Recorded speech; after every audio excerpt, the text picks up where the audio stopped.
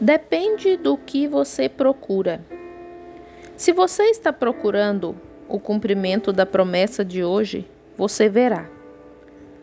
Mas se você está procurando algum intelectual ou algo que eles sempre procuraram, algum grande fundador, algum historiador, alguma outra pessoa, alguma outra coisa, você falhará em vê-lo. Mas quando você olha para ele através da palavra, a palavra declara quem ele é. Ele desafiou as pessoas de seus dias a fazerem o mesmo. Elas não conseguiam vê-lo. Ele disse: "Vocês, cegos, guias de cegos, vocês dizem que Moisés é o profeta de vocês. Se tivessem conhecido a Moisés, vocês me conheceriam. Moisés escreveu sobre mim, e eles estavam cegos demais para vê-lo. Estavam olhando diretamente para ele, mas estavam cegos demais para vê-lo."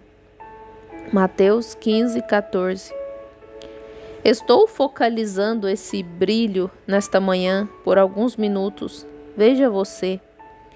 Eles estão procurando e não sabem o que procuram, porque têm uma concepção errada do que estão tentando encontrar. Como você saberia o que quer encontrar se não sabe o que está procurando? Como você sairia a procurar uma abóbora se nunca tivesse visto uma e nunca tivesse ouvido falar dela?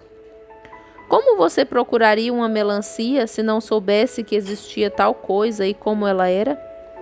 Ora, você poderia encontrar uma banheira e pensar que era uma melancia. Você poderia encontrar outra coisa, poderia encontrar um bloco e pensar que era uma melancia. Mas você tem que saber o que está procurando. É a única maneira de você saber para onde vai, o que está procurando. Se estiver procurando por Jesus, você olhará para a palavra, pois Ele é a palavra. São elas que de mim testificam. Examinais as Escrituras. João 5:39. Vocês afirmam que são os crentes dos profetas, mas são do seu pai, o diabo, seus pais, os que afirmam. Quando Deus lhes enviou os profetas, eles os colocaram na sepultura. Eles mataram os profetas. Todo aquele que vem, disse Jesus, qual deles vossos pais não apedrejaram? E vós fareis as obras de vosso pai. Amém. Homens justos, homens santos, homens a quem não se podia atribuir nenhuma falha, e ainda assim ele os chamou de serpentes e demônios. Vê? João 8:44. O que você está procurando? Está procurando uma pessoa piedosa? Algumas pessoas pensam que, pelo fato de o Espírito Santo trabalhar através de você, você teria que ser um homem bem piedoso, andar por aí nem mesmo... Isso não é o Espírito Santo. Deus não lida com anjos assim, nem deveria ser assim. Deus age através de homens. A Bíblia diz: Elias era um homem sujeito às mesmas paixões que nós, mas você não poderia estar com ele sem ver Jesus. Tiago 5:17. Pedro e João na porta chamada Formosa, e quando os chamaram para falar sobre a cura daquele homem, eles perceberam que eram indoutos e letrados, mas também perceberam que tinham estado com Jesus. Vejam, porque a vida dele estava se refletindo através deles. Agora, depende do que você está procurando. Atos 3:1-8. A mulher havia lido a Bíblia. Ela sabia que havia de vir um Messias e sabia o que esse Messias faria. E assim que Jesus lhe disse: "Dá-me de beber", ela respondeu: "Não é costume." Ele era apenas um homem comum. João 4. Pois bem, se ele estivesse sentado ali com um grande turbante e todos os tipos de ornamentos sobre si, de alguma pessoa santa, ora, a mulher teria dito: "Bem, ali está um sacerdote", e seguiria em frente, Ou ali está uma espécie de rabino e seguiria em frente. Um ministro ou outra coisa. Eu vi um homem chegar para comer hoje, onde eu fui fazer minha refeição. E aquele homem entrou, ele tinha um punhado de cruzes e coisas sobre si. É bom que às vezes esses homens tenham isso.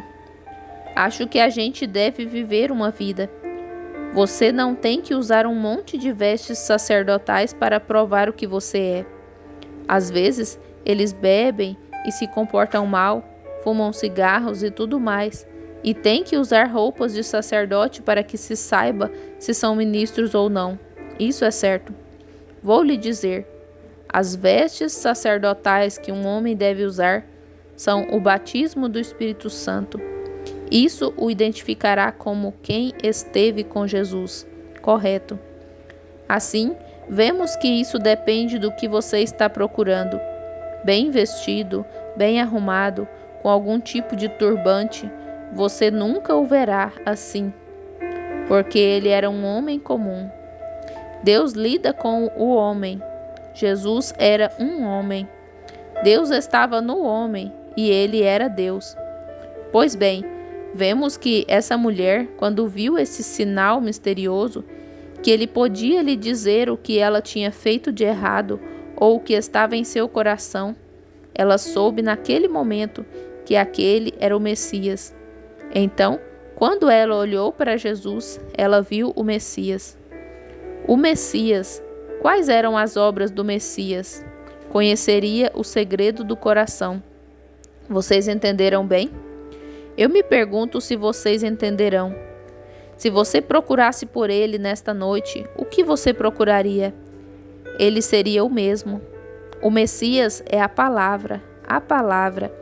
E a Bíblia diz no capítulo 4 de Hebreus que a palavra de Deus é mais viva e eficaz do que uma espada de 2 gumes, cortando até os ossos, e é apta para discernir os pensamentos que estão no coração.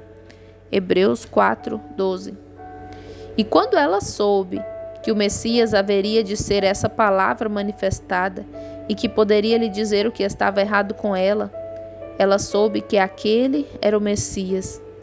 Não pela forma como ele estava vestido, nem por quanta escolaridade ele tinha, mas pelo sinal que ele lhe mostrou. Ele era o Messias. Quando ela viu Jesus, ela viu o Messias, Deus em um homem, conforme prometido para aquela era ungida. Mas, sabe de uma coisa? Muitos, da mesma época de que falei, nunca viram aquela coisa. Muitos deles não a viram. O mesmo acontece hoje. Muitos não reconheceram Moisés. Muitos não reconheceram Elias. Muitos não reconheceram. Eles nunca os reconhecem até que eles se vão. Então eles reconhecem. O incrédulo viu nos dias de Noé. O que o incrédulo viu? Eu lhes disse o que o crente viu. Agora vamos ver o que os incrédulos viram. Nos dias de Noé, o que os incrédulos viram lá quando olharam? Eles viram um fanático perambulando ao redor de um pseudo-barco. Isso foi tudo o que eles viram.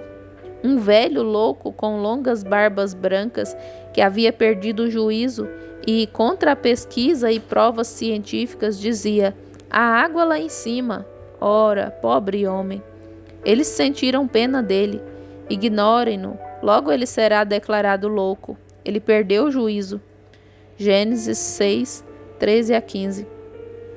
Mas ele tinha a palavra do Senhor.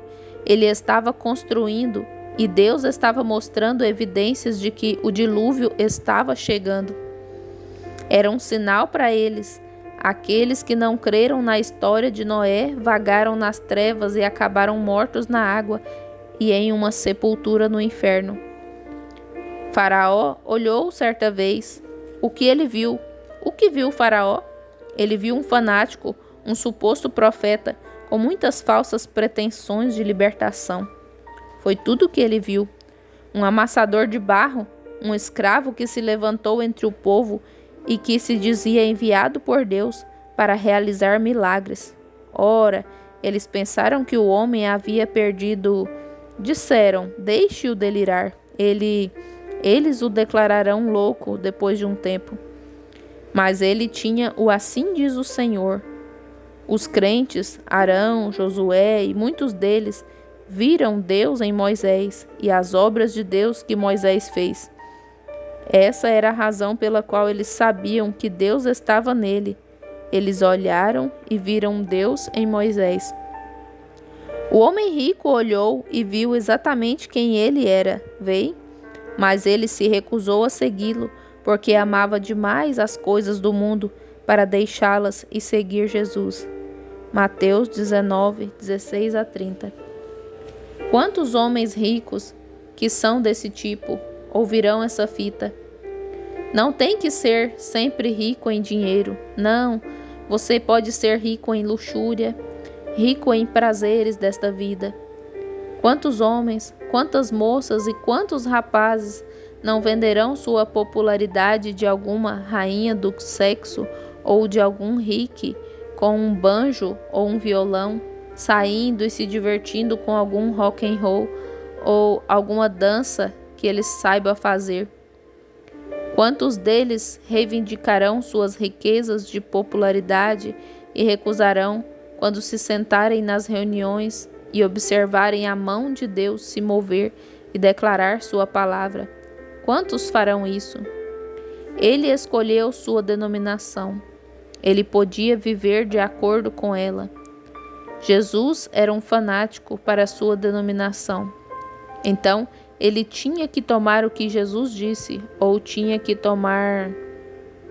Porque ele não foi ao seu sacerdote e perguntou: o que posso fazer para ter vida eterna?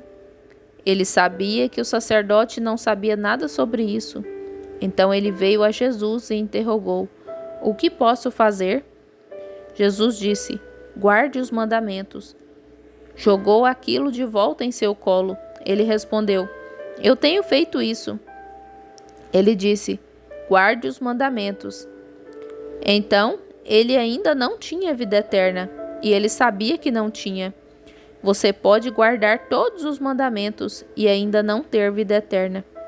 Então Jesus disse: se você quer fazer o que é certo, vá, venda o que tem e dê aos pobres. Venha e siga-me. Mateus 19, 16 ao 21. Mas aquilo foi demais para ele, veio? Constatamos que ele olhou e viu quem ele era, mas ainda assim ele se recusou a aceitar. E sua próxima olhada foi no inferno, olhando para cima e vendo Lázaro no seio de Abraão. Lucas 16, 19 a 31. Pilatos olhou certa vez, quando o trouxeram. Ele nunca o havia visto antes. Suas mãos amarradas, sangue escorrendo de suas costas, uma coroa de espinhos em sua cabeça. Pilatos olhou e ficou convencido. Lucas 23, 4, João 19, 4, João 18, 38. Porque um cavalo veio galopando pela rua e um cavaleiro saltou, veio correndo e disse: aqui está. Sua esposa lhe enviou uma carta. E ele olhou e ela dizia: Pilatos, meu querido esposo, não faça nada com este homem justo, porque hoje sofri muito em um sonho por causa dele. Mateus 27, 19. Ele tremia, seus joelhos batiam, e ele indagou: se tu és o filho de Deus, se tu és o rei, por que não falas? És tu o rei de Israel? Ele respondeu: tu o dizes. Disse: diga-nos a verdade. João 18, 33 ao 38. Ele disse: para isso eu nasci. E Pilatos se maravilhou. Todos estavam implorando e chorando aos seus pés. Ele disse: eu tenho poder para te matar, ou melhor, eu tenho poder para te soltar. Ele declarou: nenhum poder terias, a menos que te fosse dado por meu Pai. Uau! João 19, 10 e 11. Sim, Senhor. Ele estava convencido de que aquele era mais do que um homem. Ele estava totalmente convencido de que aquele era mais do que um homem. Sem dúvida, ele era. Mas o quê?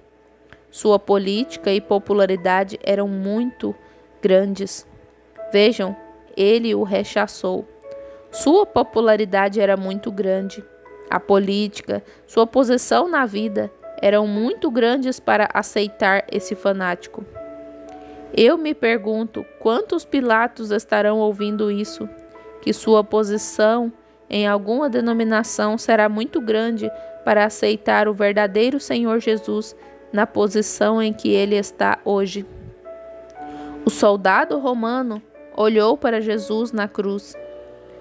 Depois que a terra teve uma prostração nervosa, sacudiu-se até que as rochas se arrancaram das montanhas, e o sol se pôs no meio do dia e ficou escuro. As estrelas não saíram para dar sua luz, e a terra explodiu com pedras e um terremoto, e os relâmpagos em zigue-zague varreram os céus e rasgaram o véu do templo de cima a baixo. E as pessoas corriam e gritavam, sem saber o que havia acontecido. Mateus 27, 45-51. E aquele soldado romano que ajudou a pregá-lo ali, havia cravado a espada em seu coração. Então ele olhou, mas era tarde demais. Ele olhou e creu, mas era tarde demais para crer. O que ele havia feito selou seu destino. Ele havia enfiado a lança no coração do Salvador. Era tarde demais. Eu me pergunto, quantos romanos hoje têm feito a mesma coisa e farão a mesma coisa? Talvez um dia você olhe, mas pode ser tarde demais. Muitos de hoje virão naqueles dias e será da mesma maneira. Eles já sabem. O irmão Woody esteve aqui ontem. Estou dizendo isso porque isso está nesta mensagem. Aqui na companhia Slider, havia um católico romano sentado ali. Ele foi até lá para pegar um pouco de concreto para a igreja aqui. E quando o fez, ele lhe falou do lugar onde ele queria o concreto. E o católico romano perguntou: "Esse é o irmão Branham?" Sim, ele afirmou. Vou dizer uma coisa. Quando ele ora, Deus responde: "Vem?" É maravilhoso então saber disso, vendo a vindicação de que é realmente o Evangelho, não eu. Qualquer homem representando Cristo. É da palavra que estamos falando, não do homem. O que estou tentando dizer? É isso, que eles veem a palavra claramente vindicada, como Pilatos e o restante deles viram, como o soldado romano viu. Mas você vai esperar até que seja tarde demais para fazer algo a respeito? Ele deveria ter usado a lança em outra direção. As portas se fecharão, como foi nos dias de Noé, e então será tarde demais. Talvez você acorde em alguma manhã e diga: pretendo sair dessa confusão. Não espere muito tempo. É melhor você olhar e viver agora.